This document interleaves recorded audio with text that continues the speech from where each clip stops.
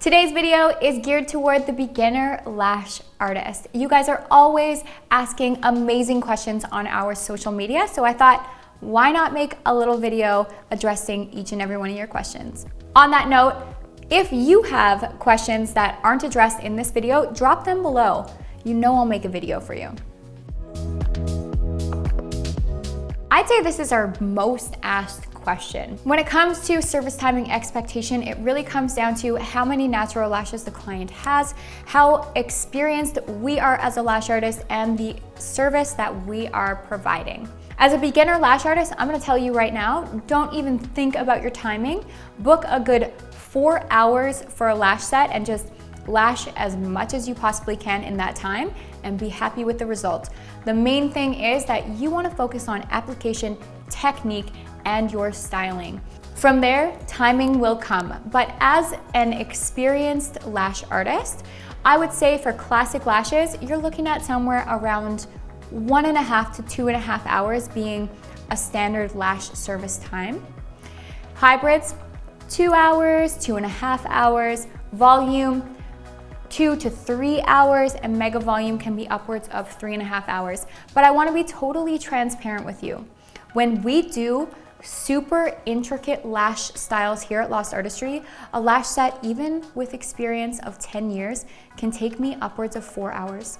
Don't put too much focus on timing, just do what you can and be open and honest with every single one of your clients on what they should expect timing-wise when they sit in your chair. That way they can book accordingly and no one feels stressed or rushed to get out of the service. If you want a video much more detailed on this topic particularly, I have linked it below. We go into detail about service timing expectations in this one. The difference between classic and volume lash extensions is that for classic lash service, the artist is to place one thicker diameter lash per one natural lash. So you can use diameters 0.10, 0.12, 0.15, 0.18, 0.2 or 0.25 for classic lash application. The lower you use on the diameter scale, the lighter and more natural your lash set will be. The higher the diameter you use, the more dramatic your lash set will be. Now when it comes to volume lashes, same kind of technique used to isolate the lash. However, instead of placing one single extension on one single natural lash, you are placing a lash fan. And that fan is going to consist of multiple individual eyelash extensions, creating a fan. It can be a fan that's super tiny or a fan that's super big and dense. Anywhere from 2 to say 20 D fans are often used for some form of volume lashing. It can be volume or mega volume. Mega volume being super dramatic, volume being anywhere from natural to dramatic. The lower the dimension you use, often the more natural the result. The higher the dimension you use, often the more dramatic the result. But there's a lot of varying factors that come into that, like the diameter you use and how you use it. So we're not gonna get into volumetric weights or theory, but I will say, if you want to offer volume lash extensions, I highly recommend diving into our volume mastery course, because there is so much more to volume lashing than just placing a fan on a natural lash.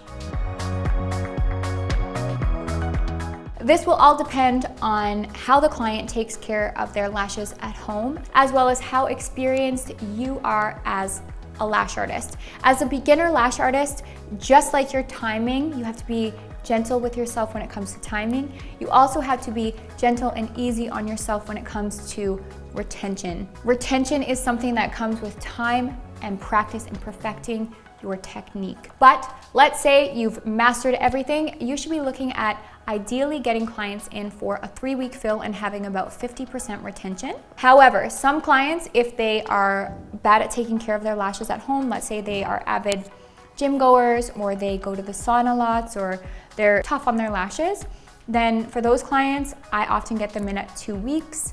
And for other clients, if they want super wispy looks where there's say 4 or 5 spikes that are the focal point, those clients I have come back every single week for mini fills. So there's no right or wrong. Meet your clients where they're at and also where you are at skill set wise as the artist.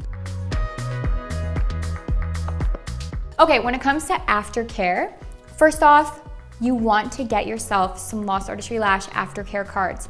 So cute. You reuse your lash trays, classic lash trays, volume lash trays, whatever.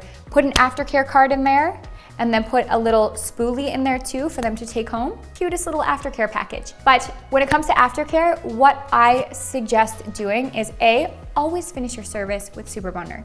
You wanna do that because that makes it so the client can get their lashes wet right away. The lashes become much more resilient when you use Super Bonder product. A must, 100%. But aftercare wise, I just tell clients to be gentle. No picking at their lashes, washing their lashes every night so that there's no buildup, no chances of blepharitis, AKA lash mites. If you haven't looked into that, look into it. It's terrifying, but it's important. So cleansing is of utmost importance, but with a lash safe cleanser. So here at Lost Artistry, we have our foam cleanser and our Sensi Bath cleanser. Sensi Bath is much more gentle than foam cleanser, but really important, both are super easy to get off the lashes. You don't want any products left on the lashes at all. So really important to use a lash safe cleanser. Great upsell, you're gonna make more money during your services as well. Nothing wrong with that. Next up with aftercare, making sure that they're, like I said, gentle on their lashes. If they're side sleepers, let's say they sleep with their hand on their face like this, then they have to know that there's oils in their skin and in their hands or wherever they sleep. If they sleep on their side, chances are there's gonna be lots of oils around the eye area. If so, they're likely not gonna last as long, unfortunately. Oils equal remover, which brings me to my next point, which is stay away from oil-based makeups of any sort.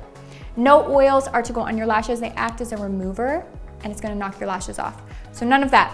Stay away from saunas, excess heat. When they're blow drying their hair, none of this blow drying right down onto their lashes, especially when clients have volume lash extensions, fine diameters, they will straighten out. I love this question. It's a great question to end with because if we don't have clients, we don't have a business. I could go on about this topic forever. And again, I do have a video on gaining clients. I made it a long time ago, but it is still relevant. I'm gonna link that one below as well. But here are some quick tips that I have on gaining and retaining clients. So number one with gaining clients, get as many clients you can in the door as possible. That might mean doing free lash sets left, right, and center in the beginning. It's so helpful. The more practice you get in the beginning and the more people who recognize you as a lash artist, the more clients will come to see you and the more of a positive reputation you should have as a lash artist. So invest your time and money into doing lashes on whoever you can until your clientele is built.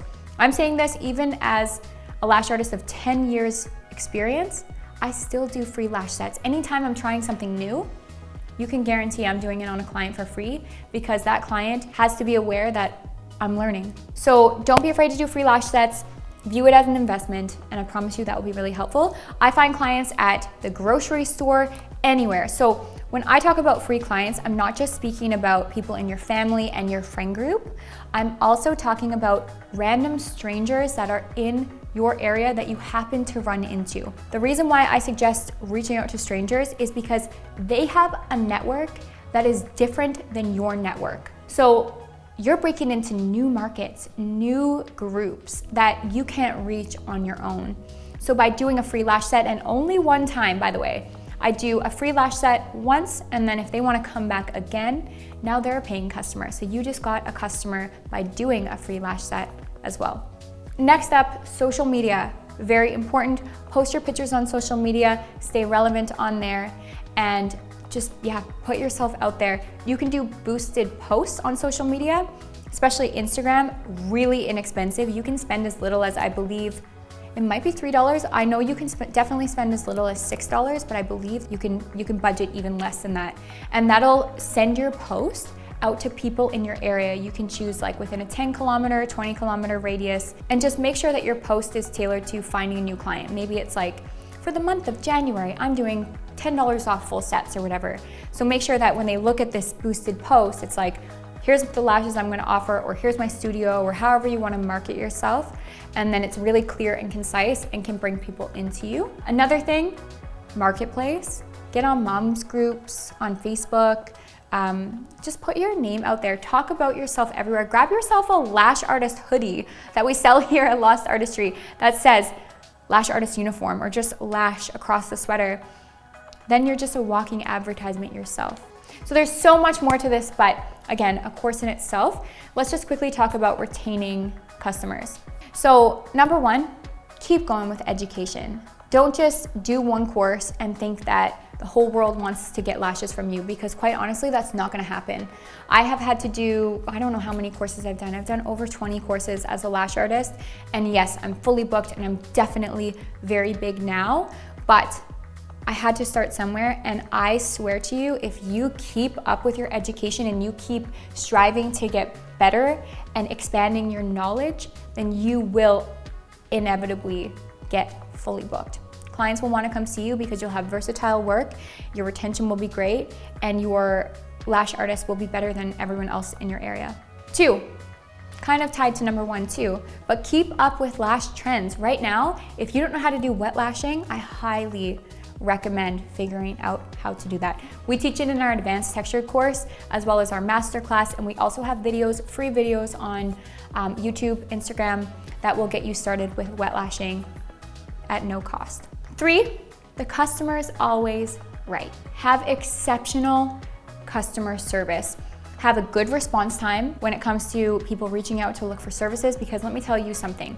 If they're reaching out to you, chances are they've also reached out to a few others, so you better be the first one to respond to their message. Next up on the customer service situation, make sure that you treat your clients with respect.